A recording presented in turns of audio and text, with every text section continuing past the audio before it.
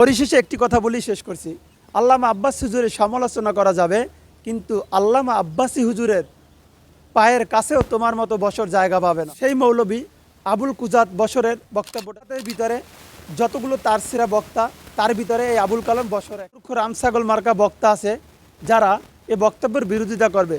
সে কারণেই আল্লামা আব্বাস হুজুর তাৎক্ষণিক এ প্রশ্নের জবাবও সেখানে এই জাহেল মূর্খ বক্তা বলেছে যে আমি আমার স্ত্রীকে নিয়ে কোথাও সফরে যাই, তখন আমরা নামাজ মৌলবী হিংসার চাদর দিয়ে তার আকলকে ঢেকে ফেলেছে, যার কারণে সে আল্লামা আব্বাস হুজুরের পুরো বক্তব্যটি না শুনি মন্তব্য করে। বিন্দু আপনারা 2-3 দিন আগে দেখেছেন যে আল্লামা আব্বাস হুজুরের সাথে নাস্তিকদের দালাল এক সাংবাদিকের একটি ডিবেট হয়েছে।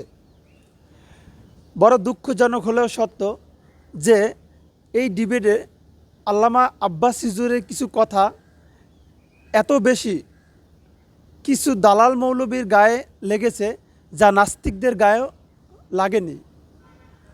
এর ভিতরে সবচেয়ে বেশি লেগেছে জামাতি কিছু মৌলবীদের।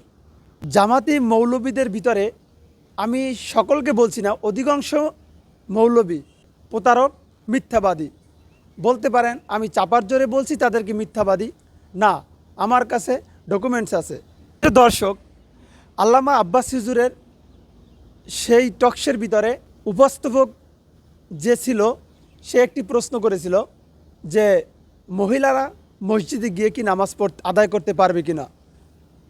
আল্লামা আব্বাস হুজুর সেখানে জবাব দিয়েছিলেন যে মহিলারা মসজিদে গিয়ে নামাজ পড়া মাকরু।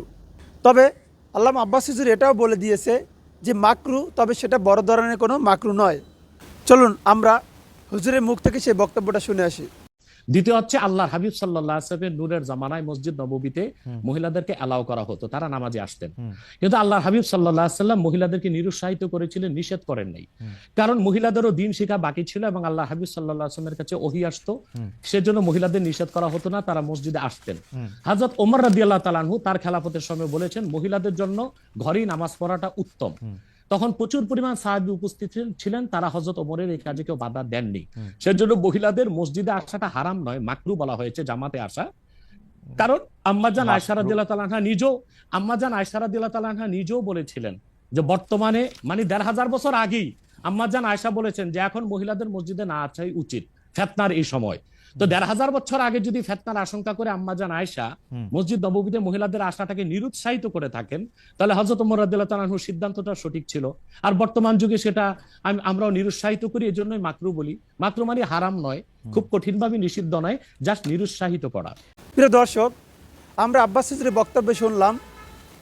তিনি বক্তব্যে কোথাও বলেনি যে মহিলারা মসজিদে গিয়ে নামাজ পড়তে পারবে না।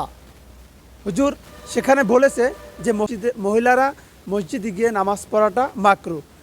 অধিকাংশ ওলামায়ে কেরাম এবং হানাফিদের মতে নিরুৎসাহিত করা হয়েছে, অর্থাৎ মহিলারা মসজিদে গিয়ে নামাজ পড়া সেটা মাকরু।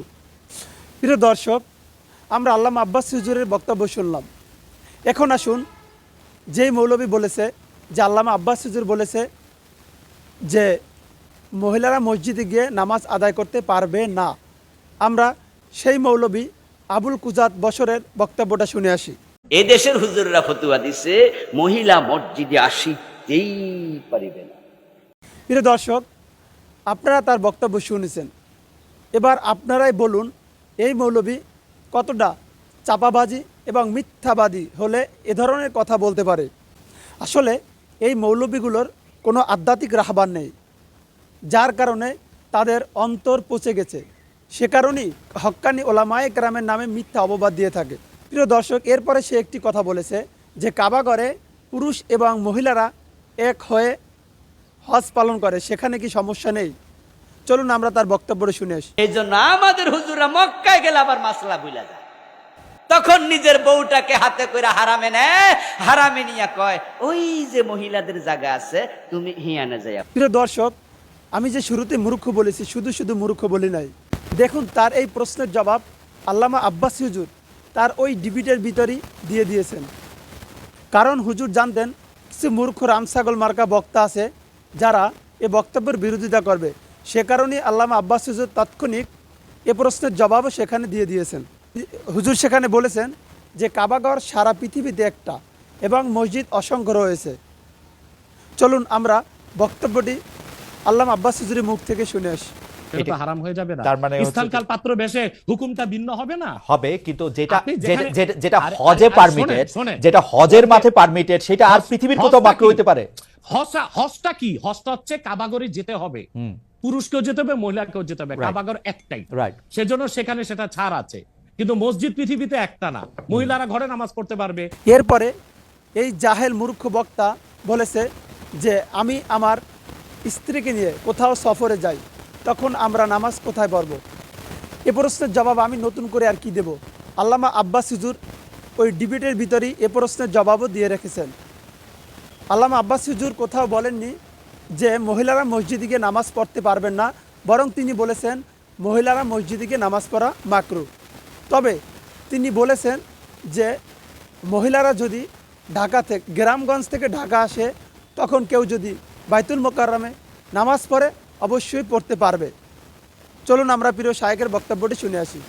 পারবে। হ্যাঁ, এমন- তারপর আমরা এটা বলে থাকি, যেমন কোন মহিলা ঢাকা গেল শপিং করার জন্য, এখন নামাজের সময় হলো, সে বাড়িতে আসতে নামাজ কাজা হয়ে যাবে, সে বাইতুল মোকাররম যে নামাজ পড়ে নিক, মহিলাদের জন্য যদি সুব্যবস্থা থেকে পড়তে পারবে।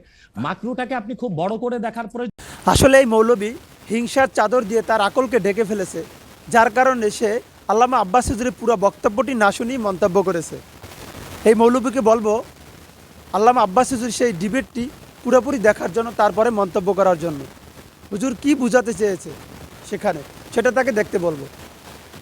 এরপরে এই মূর্খ মৌলবী আরেকটি হাদিস শরীফ এনেছে দলিল হিসাবে, যে আল্লাহ রাসূল সাল্লাল্লাহু আলাইহি সাল্লামের জামানায় প্রথমে পুরুষ লোক দাঁড়াতেন নামাজে, এরপরে যারা নাবালেগ তারা দাঁড়াতেন, এরপরে মহিলারা দাঁড়াতেন। সে বুঝাতে চেয়েছে যে আল্লাহ রাসূল সাল্লাল্লাহু আলাইহি সাল্লামের জামানায় মহিলারা মসজিদে গিয়ে নামাজ পড়ছে, তাহলে এখন পড়তে সমস্যা কি?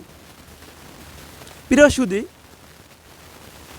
আল্লামা আব্বাস হুজুর তার বক্তব্যে একবারও বলেনি যে মহিলারা মসজিদে গিয়ে নামাজ পড়তে পারবে না, বরং তিনি বলেছে মাকরু।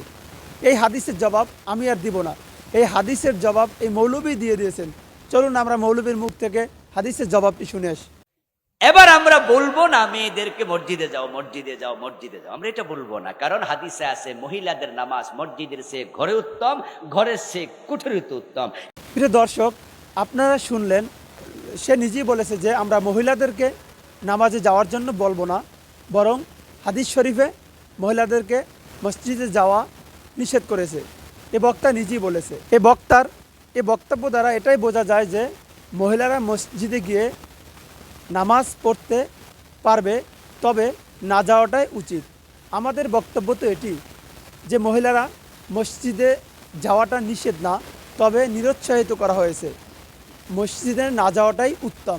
আর আল্লাহ রাসূল সাল্লাল্লাহু আলাইহি সাল্লামের হাদিস মোবারক থেকে আমরা এটাই পাই যে মহিলারা মসজিদে যাবে না, বরং ঘরে নামাজ পড়বে। যা বক্তা নিজেই স্বীকার করেছে যে মহিলারা মসজিদে যাওয়ার ব্যাপারে হাদিসে নিষেধ আছে, যে মসজিদে না গিয়ে মহিলারা ঘরে নামাজ পড়বে। আমরা তো এটাই বুঝাতে চেয়েছি। আল্লামা আব্বাসী হুজুরের মূল বক্তব্য এটাই ছিল যে মহিলারা মসজিদে যাবে না, বরং তারা ঘরের ভিতরে নামাজ আদায় করবে।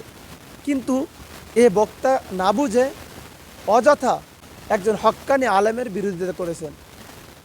অতএব এই মূর্খ নাদান বক্তাকে আমি বলবো, কোনো আলেম সম্পর্কে মন্তব্য করতে হলে অবশ্যই বুঝে শুনে মন্তব্য করবেন। জামাতের ভিতরে যতগুলো তারসিরা বক্তা, তার ভিতরে এই আবুল কালাম বশর একটা। পরিশেষে একটি কথা বলেই শেষ করছি, আল্লামা আব্বাস হুজুরের সমালোচনা করা যাবে, কিন্তু আল্লামা আব্বাসী হুজুরের পায়ের কাছেও তোমার মতো বসর জায়গা পাবে না। প্রিয় দর্শক, বাংলাদেশে যে কয়েকটি ফিতনাবাজ বক্তা আছে, তার ভিতরে আবাল কুজাত বশর এ একটি ফিতনাবাজ।